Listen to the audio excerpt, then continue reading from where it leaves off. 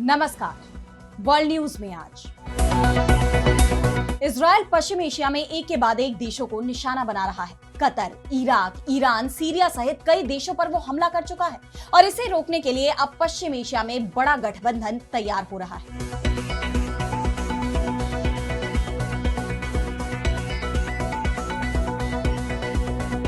Saudi अरब, Iran और तुर्की मिलकर Israel को रोकने की कोशिश में जुट गए हैं, क्योंकि इन देशों को डर लग रहा है कि इजराइल कभी भी उन पर हमला कर सकता है। खास तौर पर तुर्की और ईरान तो पहले से ही इजराइल से लड़ने की तैयारी कर रहे हैं। सऊदी अरब ने पाकिस्तान से सुरक्षा समझौता किया तो इसके पीछे भी इजराइल का ही डर था, लेकिन अब इजराइल को मिलकर चुनौती देंगे सऊदी अरब, ईरान और तुर्की। इस गठबंधन को लेकर चर्चाएं शुरू हो चुकी हैं। इस पर हम करेंगे विस्तार से चर्चा, लेकिन आइए जरा उन खबरों को भी देख लें जिन पर आगे होगी बात। वेनेजुएला के खिलाफ जंग छेड़ने की तैयारी में अमेरिका, रिपोर्ट में दावा सैन्य ठिकानों पर हमले की योजना। राष्ट्रपति ट्रंप ने दिया बड़ा बयान। तंजानिया में सरकार के खिलाफ सड़कों पर उतरे प्रदर्शनकारी, राष्ट्रपति पर लोकतंत्र के दमन का आरोप। प्रशासन की कार्रवाई में 700 लोगों की मौत। दुनिया में फिर आतंक मचाने को तैयार अलकायदा, पश्चिमी अफ्रीका के देश माली की राजधानी पर किया कंट्रोल। ईंधन बना संघर्ष का केंद्र। और चलते चलते में देखेंगे 3i एटलस से धरती पर भेजे गए रहस्यमयी सिग्नल को डिकोड करते ही सहम गए वैज्ञानिक। इन सभी खबरों पर हम विस्तार से करेंगे बात, लेकिन पहले एक नजर हेडलाइंस पर। पाकिस्तानी आर्मी पर बलूचिस्तान में बड़ा हमला, बीएलए के लड़ाकों ने 9 जवानों को मारा। आर्मी चीफ मुनीर को बड़ा झटका। खुफिया निदेशक तुलसी गबार्ड ने खोली अमेरिका की विदेश नीतियों की पोल, कहा हम हमेशा दूसरे देशों की सरकारें गिराने में देते रहे दखल, गलत दिशा में रही विदेश नीति। यूक्रेन के एक और शहर पर कब्जे के करीब रूस, यूक्रेन के राष्ट्रपति वोलोदिमिर ज़ेलेंस्की ने कबूला पक्रोव्स्क में घुस चुकी है रूसी सेना। पूर्वी दनेस्क में रूस ने तैनात किए 1,70,000 सैनिक। अमेरिका में बड़ा आतंकी हमला हो गया नाकाम, हेलोवीन में मिशिगन को दहलाने की थी साजिश, कई आरोपी गिरफ्तार। तो इजराइल के खिलाफ अब पश्चिम एशिया में बड़ा गठबंधन तैयार होने वाला है। सऊदी अरब, तुर्की और ईरान मिलकर इजराइल को चुनौती देने की तैयारी कर रहे हैं। वैसे तो ये तीनों ही देश इस्लामिक जगत का नेतृत्व करने की हसरत रखते हैं और इसका खुलकर इजहार भी करते रहे हैं, और यही कारण रहा है कि तीनों के बीच रिश्ते बेहद तनावपूर्ण रहे। लेकिन जिस तरह से इजराइल ने पूरे पश्चिम एशिया की सियासत को बदल दिया है, एक के बाद एक मुस्लिम राष्ट्र इजराइल का निशाना बने हैं, उसके बाद हर किसी को अपनी सुरक्षा की चिंता दिखाई दे रही है। पिछले साल भर में ही इजराइल ने Lebanon, Iraq, Qatar, Syria, Iran पर हमला किया है, जिसके चलते इजराइल के खिलाफ दोहा में 40 मुस्लिम देशों की बैठक भी हुई। बैठक में मुस्लिम राष्ट्र का नेटो बनाने की चर्चा भी हुई। मुस्लिम नेटो तो नहीं बन पाया, लेकिन अब सऊदी अरब, तुर्की और ईरान मिलकर एक गठबंधन जरूर बनाते दिखाई दे रहे हैं। ईरान के राष्ट्रपति पेजेश्कियान खुद इस गठबंधन को तैयार करने की कोशिश कर रहे हैं। ईरान के विदेश मंत्री अब्बास अराक्ची लगातार तुर्की के नेताओं से संपर्क साधे हुए हैं। इसी तरह ईरान की तरफ से सऊदी को भी साधने की कोशिश हो रही है, जिसके बाद माना जा रहा है कि जल्दी ही इस पर बात आगे बढ़ सकती है। इसके अलावा ईरान की कोशिश पाकिस्तान के साथ भी गठबंधन की है। पाकिस्तान ने हाल ही में सऊदी अरब के साथ रक्षा समझौता किया है, जिसके बाद सऊदी अरब को पाकिस्तान के परमाणु बम की सुरक्षा छतरी मिल गई है, और ईरान भी अब पाकिस्तान के साथ इसी तरह के समझौते की कोशिश में जुट गया है। ईरान के सुप्रीम नेशनल सिक्योरिटी काउंसिल यानी SNSC के सचिव अली लारिजानी और पाकिस्तान के गृह मंत्री सैयद मोहसिन नकवी के बीच इसे लेकर बैठक भी हो चुकी है, और अगर ये समझौता हो जाता है तो पाकिस्तान की परमाणु सुरक्षा ईरान को भी मिल जाएगी। ईरान और पाकिस्तान के बीच सुरक्षा गठबंधन में अगर कहीं रुकावट दिख रही है तो वो अमेरिका की तरफ से है। अमेरिका ईरान को दुनिया से अलग थलग करने की कोशिश कर रहा है। ऐसे में पाकिस्तान क्या अमेरिका के दबाव को नजरअंदाज कर पाएगा, इस पर जरूर सवाल उठ रहे हैं। इस बीच एक खबर ने अमेरिका और इजराइल की चिंता भी बढ़ा दी है। CNN की एक नई रिपोर्ट में बताया गया कि पश्चिमी प्रतिबंधों के बावजूद चीन ईरान के मिसाइल कार्यक्रम को फिर से मजबूत करने में मदद कर रहा है। चीन ने ईरान को 500 मिसाइलें बनाने का रॉ मटेरियल भेजा है। सितंबर के अंत से ईरान को चीन से 2000 टन सोडियम परक्लोरेट मिला है, जो मिसाइल ईंधन बनाने में इस्तेमाल होता है, और इसकी मदद से लगभग 500 बैलिस्टिक मिसाइलें आसानी से बनाई जा सकती हैं। इससे पहले फरवरी में CNN ने बताया था कि चीन ने ईरान को 1000 टन सोडियम परक्लोरेट भेजा था। इजराइल के साथ हुई जंग के बाद ईरान ने दावा किया था कि उसने नई पीढ़ी की मिसाइलें तैयार की है। अगर फिर से हमला हुआ तो इजराइल के खिलाफ इन्हें इस्तेमाल किया जाएगा। ऐसे में चीन की तरफ से जो मदद ईरान को दी गई है, उसके बाद यह माना जा रहा है कि ईरान ने ये नई मिसाइलें तैयार भी कर ली हैं। और अब बढ़ते हैं अगली खबर की तरफ, जहां हम बात करेंगे अमेरिका की वेनेजुएला के साथ जंग की तैयारी की। तो बीते कुछ वक्त से लगातार आप सुन रहे हैं कि अमेरिका वेनेजुएला के खिलाफ जंग छेड़ने के मूड में दिखाई दे रहा है। दोनों देशों में काफी वक्त से तनाव बना हुआ है। अमेरिकी राष्ट्रपति डोनाल्ड ट्रंप ने ड्रग तस्करों के खिलाफ कार्रवाई बताते हुए वेनेजुएला के पास समुद्र में युद्धपोत तैनात किए हैं। अमेरिकी सेना वेनेजुएलाई बोट को निशाना बना रही है, तो वेनेजुएला की सरकार भी देश में किसी भी तरह के बाहरी हस्तक्षेप को मंजूर करने के लिए तैयार नहीं है। राष्ट्रपति निकोलस मादुरो ने साफ कह दिया है कि वो किसी भी हालात का डटकर मुकाबला करेंगे, जिसके बाद अब खबर आ रही है कि अमेरिका वेनेजुएला पर हमला करने वाला है। यह दावा दक्षिण फ्लोरिडा के प्रमुख अखबार मियामी हेराल्ड में किया गया। इस अखबार की रिपोर्ट के मुताबिक कैरेबियन सागर में अमेरिकी युद्धपोत मंडरा रहे हैं। अमेरिकी मिसाइलें दो महासागरों में मोटर बोटों को नष्ट कर रही हैं और वेनेजुएला में बम वर्षक विमानों की गूंज सुनाई दे रही है। सूत्रों का कहना है कि ट्रंप प्रशासन ने भविष्य के हमलों के लिए जमीनी ठिकानों की पहचान कर ली है। दुनिया के आधे से ज्यादा देशों को यह सब वेनेजुएला में सत्ता परिवर्तन की कोशिश जैसा लग रहा है, जहां अमेरिका ने सत्तावादी शासक निकोलस मादुरो को पकड़ने के लिए $5 करोड़ का इनाम रखा है। अमेरिकी अखबार वॉल स्ट्रीट जर्नल के एक लेख में भी इस रिपोर्ट की पुष्टि की गई है। उनका दावा है कि ट्रंप प्रशासन ने वेनेजुएला के सैन्य ठिकानों पर हमले की पूरी तैयारी कर ली है। ये हमले कभी भी शुरू हो सकते हैं। ये हमला सिर्फ सैन्य ठिकानों को नष्ट करने के लिए नहीं होगा, बल्कि उस पूरे कार्टेल दे लॉस सोलेस को खत्म करने के लिए होगा, जिसे अमेरिका मादुरो शासन से जुड़ा बताता है। इस खबर के सामने आने के बाद आशंका जताई जा रही है कि दक्षिण अमेरिका के इस क्षेत्र में कभी भी जंग छिड़ सकती है। यह रिपोर्ट ऐसे वक्त में सामने आई है जब अमेरिका ने वेनेजुएला पर सैन्य दबाव बढ़ाने के लिए त्रिनिदाद एंड टोबैगो में एक युद्धपोत तैनात किया है। मादुरो ने इस कदम की कड़ी निंदा करते हुए इसे अमेरिकी सरकार की तरफ से युद्ध छेड़ने की कोशिश बताया है। हालांकि अमेरिकी राष्ट्रपति ट्रंप ऐसी किसी भी प्लानिंग से इनकार कर रहे हैं। मायामी हेराल्ड की रिपोर्ट को लेकर उन्होंने कहा कि नहीं, ये सच नहीं है। अमेरिका की वेनेजुएला की जमीन पर किसी भी सैन्य हमले की योजना नहीं है। ट्रंप ही नहीं, अमेरिकी विदेश मंत्री मार्को रूबियो ने भी इस रिपोर्ट को खारिज किया है। उन्होंने कहा कि आपके सूत्रों ने हालात की जानकारी होने का दावा करते हुए आपको एक झूठी कहानी लिखने के लिए उकसाया है।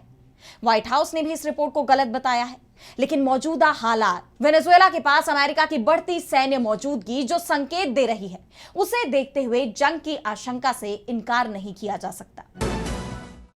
और अब अगली खबर में बात करेंगे तंजानिया की। तो तंजानिया में बड़े पैमाने पर हिंसा भड़की हुई है, जिसमें 700 लोगों के मारे जाने का दावा किया जा रहा है। आप जानते हैं कि तंजानिया अफ्रीका महाद्वीप के पूर्वी भाग में स्थित एक देश है, जिसकी सीमाएं उत्तर में कीनिया और युगांडा, पश्चिम में रवांडा, बुरुंडी और कॉन्गो, वहीं दक्षिण में जाम्बिया, मलावी और मोजाम्बिक से मिलती हैं, जबकि देश की पूर्वी सीमा हिंद महासागर से तय होती है। और अब यहां भयानक उथल-पुथल मची हुई है। तंजानिया में आम चुनाव हो रहे हैं, लेकिन मौजूदा राष्ट्रपति सामिया सुलूहू हसन पर तानाशाही के आरोप लगाए जा रहे हैं।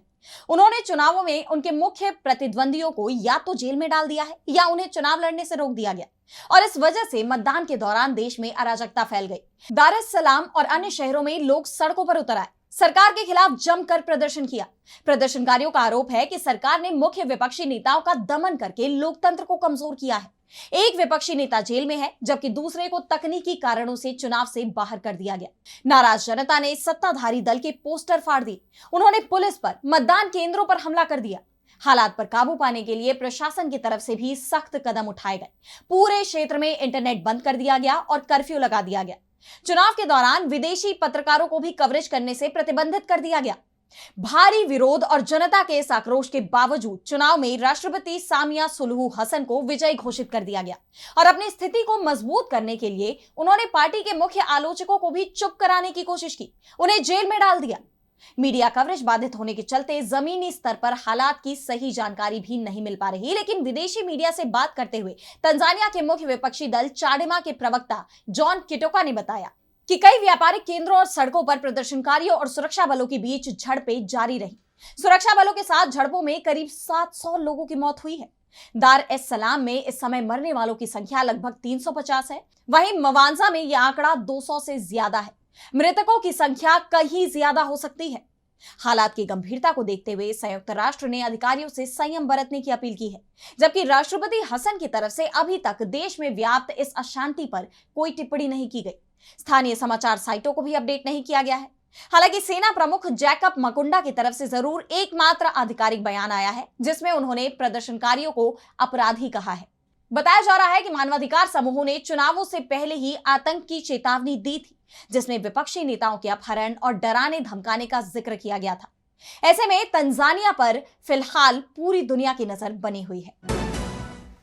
और अब अगली खबर में बात करते हैं अलकायदा की वापसी की। तो अलकायदा, जिसे अमेरिका सबसे खतरनाक आतंकी संगठन मानता है, अब एक देश में सरकार बनाने के करीब पहुंच गया है। बात हम माली की कर रहे हैं, जो लंबे समय से गृहयुद्ध में फंसा हुआ है। इस साल की शुरुआत में ही 2000 से ज्यादा लोगों की जान आपसी संघर्ष में जा चुकी है। इन लगातार बिगड़ते हालात के बीच अब अलकायदा से जुड़े आतंकियों की तरफ से राजधानी बमाको को घेरने की खबरें सामने आ रही हैं। ईंधन की आपूर्ति बंद होने से राजधानी में सब कुछ ठप पड़ चुका है। खबरें आ रही हैं कि अलकायदा कभी भी बमाको पर कब्जा कर सकता है। पहले से ही माली की राजधानी बमाको के अधिकांश हिस्से पर अलकायदा से जुड़ा आतंकी संगठन जमात नुसरत उल इस्लाम वल मुस्लिमीन यानी JNIM का कब्जा हो चुका है। माली के अधिकांश ग्रामीण हिस्से पर वो पहले से ही कब्जा जमा चुका है। 2 महीने से बमाको का दुनिया से संपर्क काट दिया गया है। बात JNIM की करें तो इसकी स्थापना 2017 में अलकायदा से जुड़े कई गुटों के एकीकरण से हुई थी। इस संगठन ने अलकायदा के प्रति पूरी निष्ठा जताई है। इसके लड़ाकों को अफगानिस्तान और पाकिस्तान में अलकायदा के नेताओं से बम बनाने की ट्रेनिंग मिली है और अब वो दुनिया को चुनौती देने के लिए तैयार है। वॉल स्ट्रीट जर्नल की एक रिपोर्ट में कहा गया है कि अगर बमाको में सरकार गिर जाती है तो ये पहली बार होगा जब अलकायदा से सीधा जुड़ा हुआ कोई ग्रुप किसी देश की राजधानी पर नियंत्रण हासिल कर लेगा। माली की गंभीर स्थिति को देखते हुए कई देशों ने अपने नागरिकों को वहां से निकलने का निर्देश दिया है। America, Britain, France, Italy, Germany और ऑस्ट्रेलिया ने अपने नागरिकों को चेतावनी दी है कि वो तत्काल माली छोड़ दें। इतालवी विदेश मंत्रालय ने कहा कि माली में मौजूद सभी इतालवी नागरिकों से अनुरोध है कि वे जितनी जल्दी हो सके देश छोड़ दें। इसी तरह अमेरिका और जर्मनी ने भी अपने नागरिकों को माली की यात्रा न करने की सलाह दी है। दरअसल रूस और चीन ने माली में स्थिरता लाने की कोशिश की थी। इसके लिए यहां की सैन्य सरकार को मदद भी दी गई, लेकिन अंतर्राष्ट्रीय सहयोग की कमी ने माली को एक गहरे संकट में धकेल दिया है। अब माली पर कभी भी अलकायदा का कब्जा हो सकता है, जो पूरे अफ्रीकी महाद्वीप के लिए एक बड़ा खतरा साबित होगा। और अब चलते चलते मैं बात करेंगे अंतरिक्ष से आए एक चौंकाने वाले सिग्नल की। तो अंतरिक्ष से हमारे सौरमंडल में एक अनजाना मेहमान आया है। नाम है 3I एटलस। ये कोई आम धूमकेतु नहीं है, बल्कि एक इंटरस्टेलर ऑब्जेक्ट है, यानी हमारे सोलर सिस्टम से बाहर का। इसकी रफ्तार और हाइपरबोलिक ऑर्बिट बताती है कि ये बस एक बार आया है और फिर अंतरिक्ष के रास्ते पर आगे निकल जाएगा। वैज्ञानिक मिचियो काकू ने इसे एक रहस्यमय इंटरस्टेलर मेहमान कहा है, जो किसी और तारे के सिस्टम से उछलकर हमारे इलाके में आ गया है। लेकिन असली कहानी तो अब शुरू हुई है, जिसने वैज्ञानिकों को भी हैरान कर दिया है। रिपोर्ट्स के मुताबिक 3I एटलस से अब अजीबोगरीब रेडियो सिग्नल पकड़ा गया है। इसकी फ्रीक्वेंसी थी 1420 मेगाहर्ट्ज, जिसे हाइड्रोजन लाइन या सेटी का इंटरस्टेलर कॉलिंग चैनल कहते हैं। मतलब वो फ्रीक्वेंसी जिस पर बाहरी सभ्यता से संपर्क की उम्मीद की जाती है।